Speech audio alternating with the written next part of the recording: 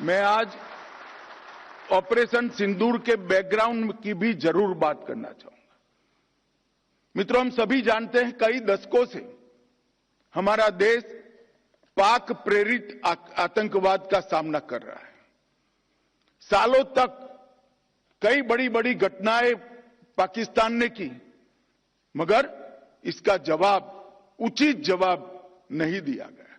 हम संरक्षात्मक काम करते रहे, हमारे लोगों की जान बचाने के लिए बहुत अच्छा काम हमारी पुलिस, सेना, बीएसएफ सबने किया, मगर कभी भी उचित जवाब नहीं दिया। 2014 में नरेंद्र मोदी जी प्रधानमंत्री बने, भारतीय जनता पार्टी के नेतृत्व वाली सरकार बनी और सबसे पहला बड़ा हमला उरी में हमारे जवानों पर किया, उनको जिंदा जला देने की हिमाकत की और हमने सर्जिकल स्ट्राइक कर पहली बार आतंकी ठिकानों में घुसकर आतंकवादियों को जवाब देने का काम उरी के बाद तुरंत किया। हम मानते थे कि ये संदेश से शायद अब सब कुछ रुक जाएगा, मगर नहीं रुका। पुलवामा में हमला हुआ, सीआरपीएफ के जवानों को आतंकी हमले में उड़ा दिया गया।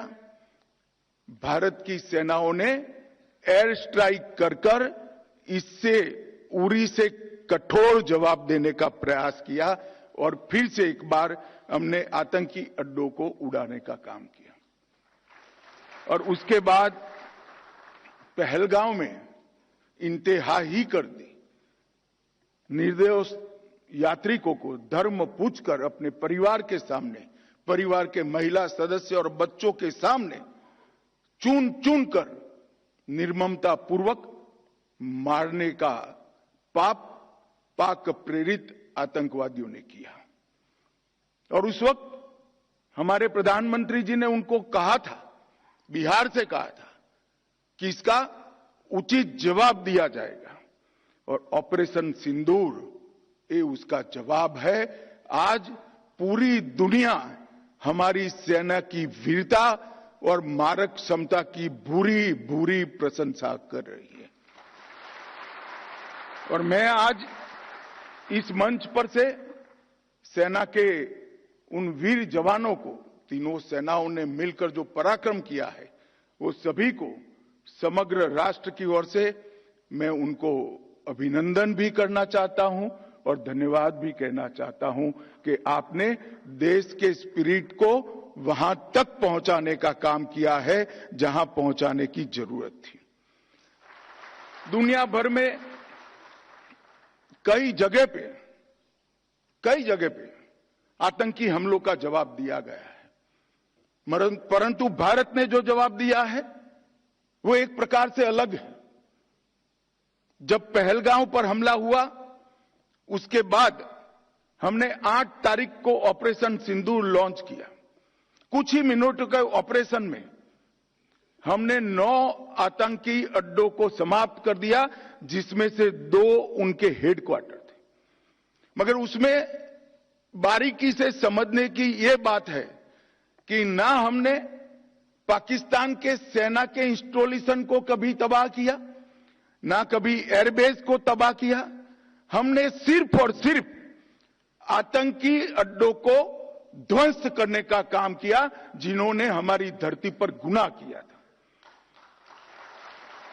मैं फिर से एक बार कहना चाहूंगा, ना हमने सेना के हवा अड्डों को, स्थापनाओं को छुआ, ना उनके एयरबेस को छुआ।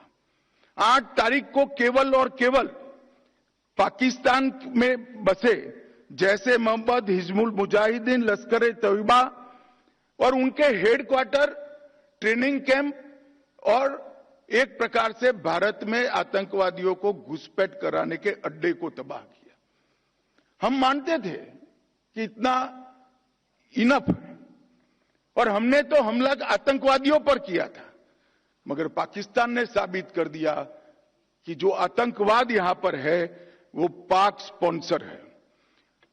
आतंकवादियों पर किए गए हमले को पाकिस्तान ने अपने पर किए गए हमले में मानकर 8 तारीख के बाद हमारे देश के सिविलियन स्थान, हमारे सेना के संस्थानों पर हमला करने का साहस किया, दुस्साहस किया।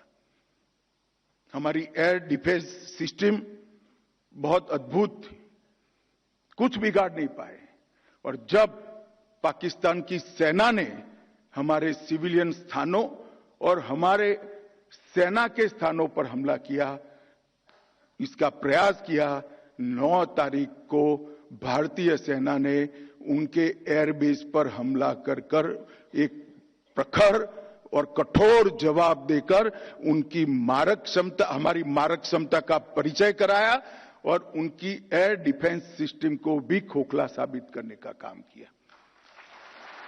और यहां पर भी हमने कहीं पर भी पाकिस्तान के सिविलियन स्थानों पर हमला नहीं किया था। ऑपरेशन सिंदूर और उसके बाद की घटनाओं के कारण आज पाकिस्तान पूर्णतः एक्सपोज हो चुका है कि भारत में जो टेररिज्म है वो पाक स्पॉन्सर है।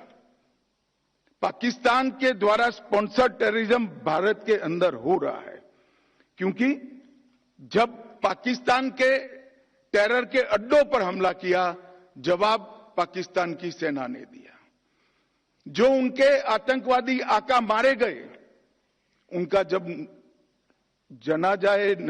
नमाजे जनाजा जब हो रहा था, पूरी दुनिया ने देखा पाक सेना के आला अफसर इनके कॉफिन को कंधा भी दे रहे थे और वहां नमाज पढ़ने के लिए उपस्थित भी थे। एक प्रकार से अब तक पाकिस्तान जो डिनाई कर रहा था, वो आज दुनिया के सामने ऑपरेशन सिंदूर के बाद पूर्णतया एक्सपोज हो चुका है कि भारत में टेररिज्म पाक स्पॉन्सर टेररिज्म है। इसमें अब दुनिया में किसी को शंका नहीं रही है। और मैं फिर से एक बार कहना चाहता हूं कि ऑपरेशन सिंदूर अपनी भूमि पर हुए टेरर हमलों के जवाब के इतिहास में सबसे सटीक और सभी उद्देश्यों को पूर्ति करने वाला ऑपरेशन था।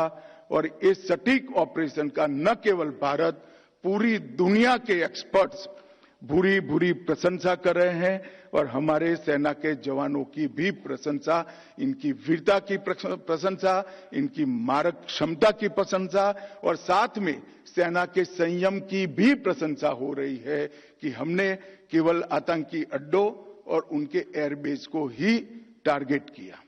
मित्रों, 100 किलोमीटर अंदर घुसकर पहली बार हमारी सेना ने पाकिस्तान को जमीन दिखाने का पराक्रम किया है।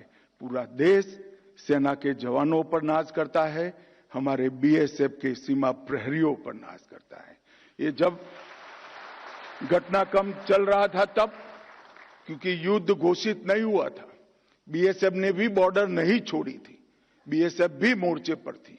जब उस ओर से गोलाबारी हो रही थी, सेल चल रहे थे, गोलियां चल रही थी, बीएसएफ के जवानों ने भी 1 इंच भी पीछे हटे बगैर उनके गोली का जवाब गोले से देने का काम किया और उनको ये बता दिया कि बीएसएफ 24 घंटा 365 दिन तैनात है और जब तक बीएसएफ है, पाकिस्तान की सेना 1 इंच भी आगे नहीं बढ़ सकती है।